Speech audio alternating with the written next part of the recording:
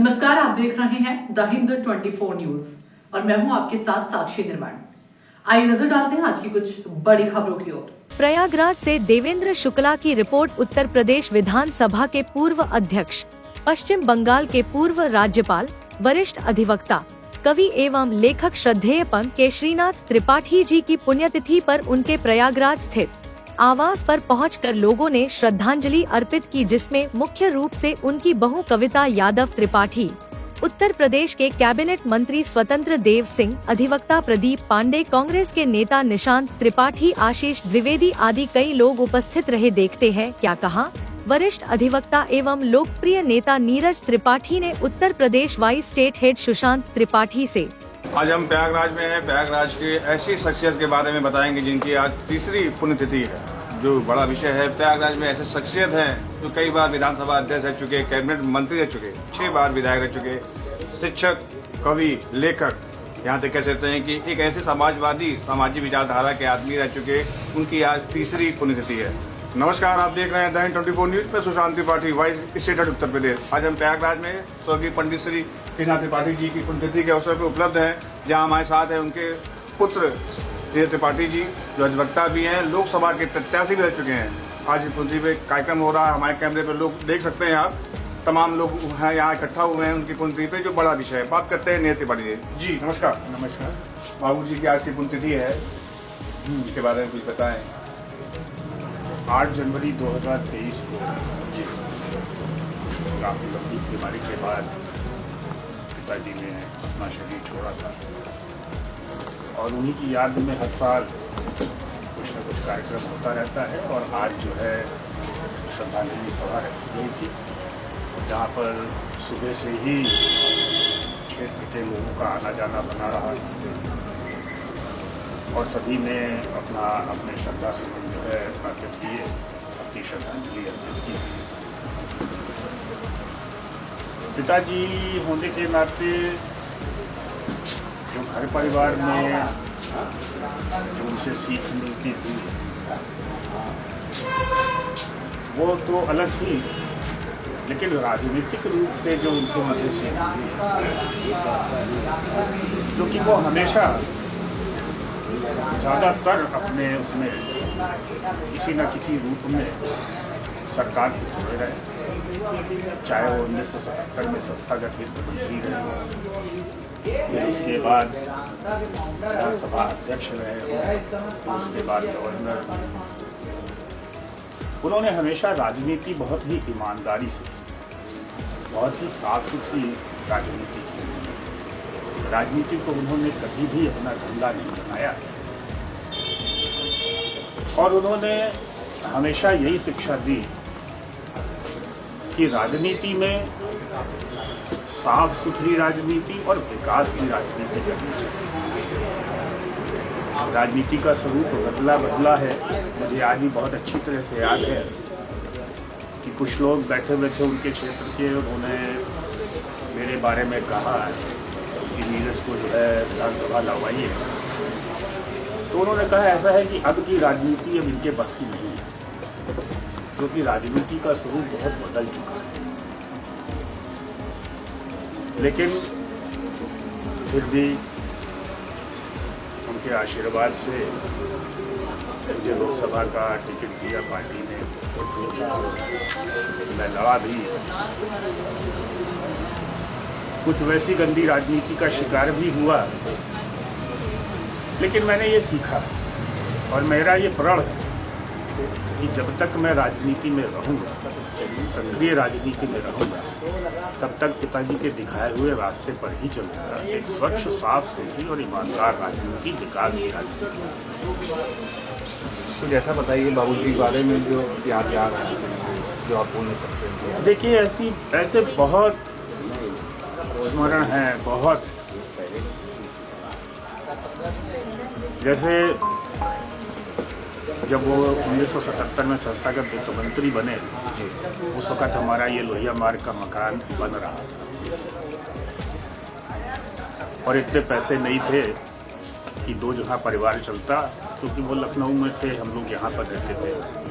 तो फिर यहाँ का घर किराए पर उठा करके हम लखनऊ शिफ्ट हुए।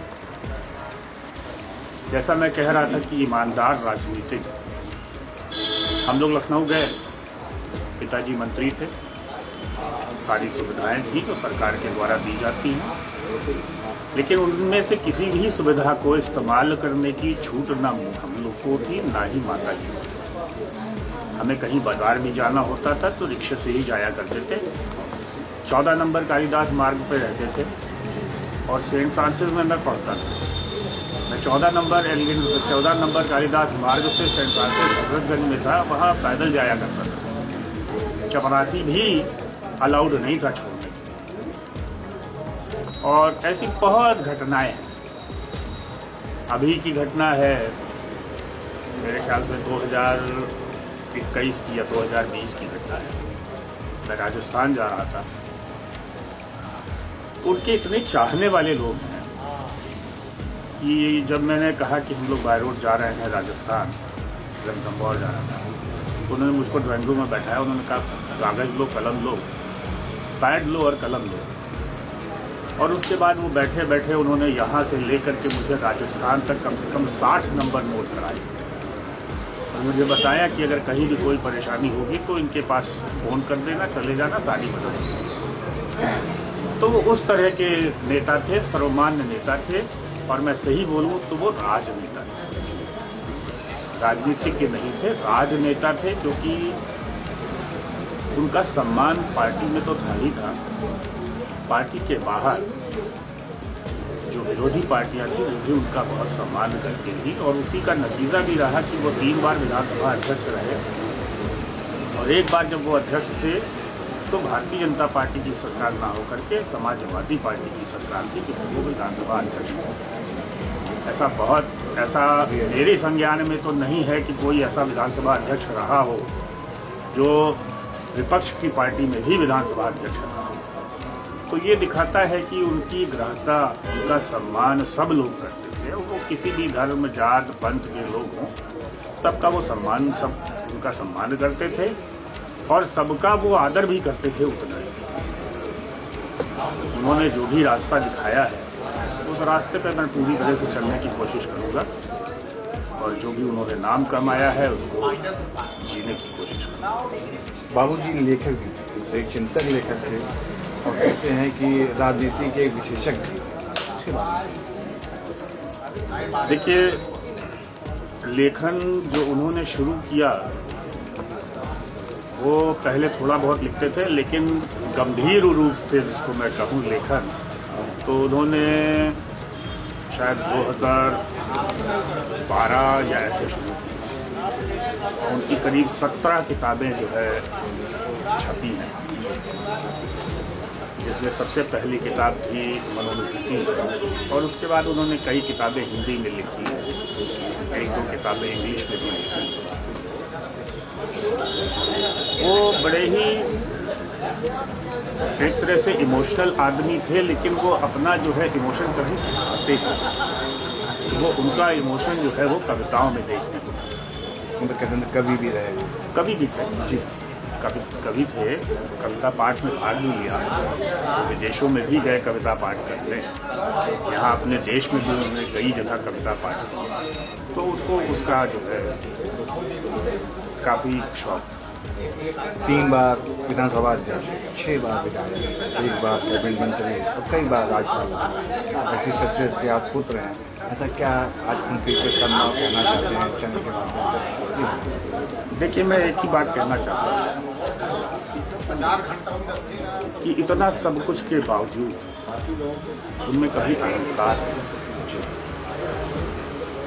इतना सब कुछ होने के बावजूद अगर उनका कार्यकर्ता आता था तो अगर वो लुंगी और बनियान में भी रहते थे तो वो निकल आते थे, उसकी बात सुनते थे, उसकी मदद करने की कोशिश करते थे। इतना सब कुछ होने के बावजूद, गवर्नर होने के बावजूद वो फोन स्वयं अटेंड करते थे। उनके पास कोई ऐसा सेक्रेटरी वो कभी नहीं उन्होंने रखा जो कि उनका फ़ोन अटेंड करता। वो फ़ोन स्वयं अटेंड करते थे, उसका जवाब देते थे। अगर छूट जाता था, मिस्ड कॉल होती थी तो पलट कर फ़ोन भी करते थे। मैं आपको एक वाक़या बताऊं, जब वो कोविड के बाद उन बीमार थे तो वहाँ से आने के बाद फिर दोबारा बीमार हुए तो मैंने यहाँ पर एक अस्पताल है एक्यूरा, उसमें भर्ती किया। तो कुछ दिन भर्ती रहे वहाँ पर। जिस दिन डिस्चार्ज हुए और उनको हम लेके नर्सिंग होम से बाहर निकल रहे थे तो उन्होंने पहली चीज़ मुझसे कही कि मेरे फ़ोन कहाँ। मैं उनका एक फ़ोन रखे हुए था, मैंने उनको एक फ़ोन उनका दिया, तो उनका बाकी 2 मैंने कहा घर पे आए। उन्होंने पूछा किसका फ़ोन आया। मैंने बताया कि फ़ोन तो बहुत आए थे और जो प्रमुख लोग थे वो ये थे, उनका फ़ोन आया था, मैंने बताया। फिर मैं अपना काम धाम में बिजी हो गया था। एक दिन मैंने देखा ड्राइंग रूम में पैड लेकर के बैठे हुए थे और उन्होंने जितने भी मिस कॉल थे ये थे, उनके सारे नंबर नोट किए हुए थे और वो सबको फ़ोन कर रहे थे और उनका नंबर काट। देखते रहिए द हिंदू 24 न्यूज।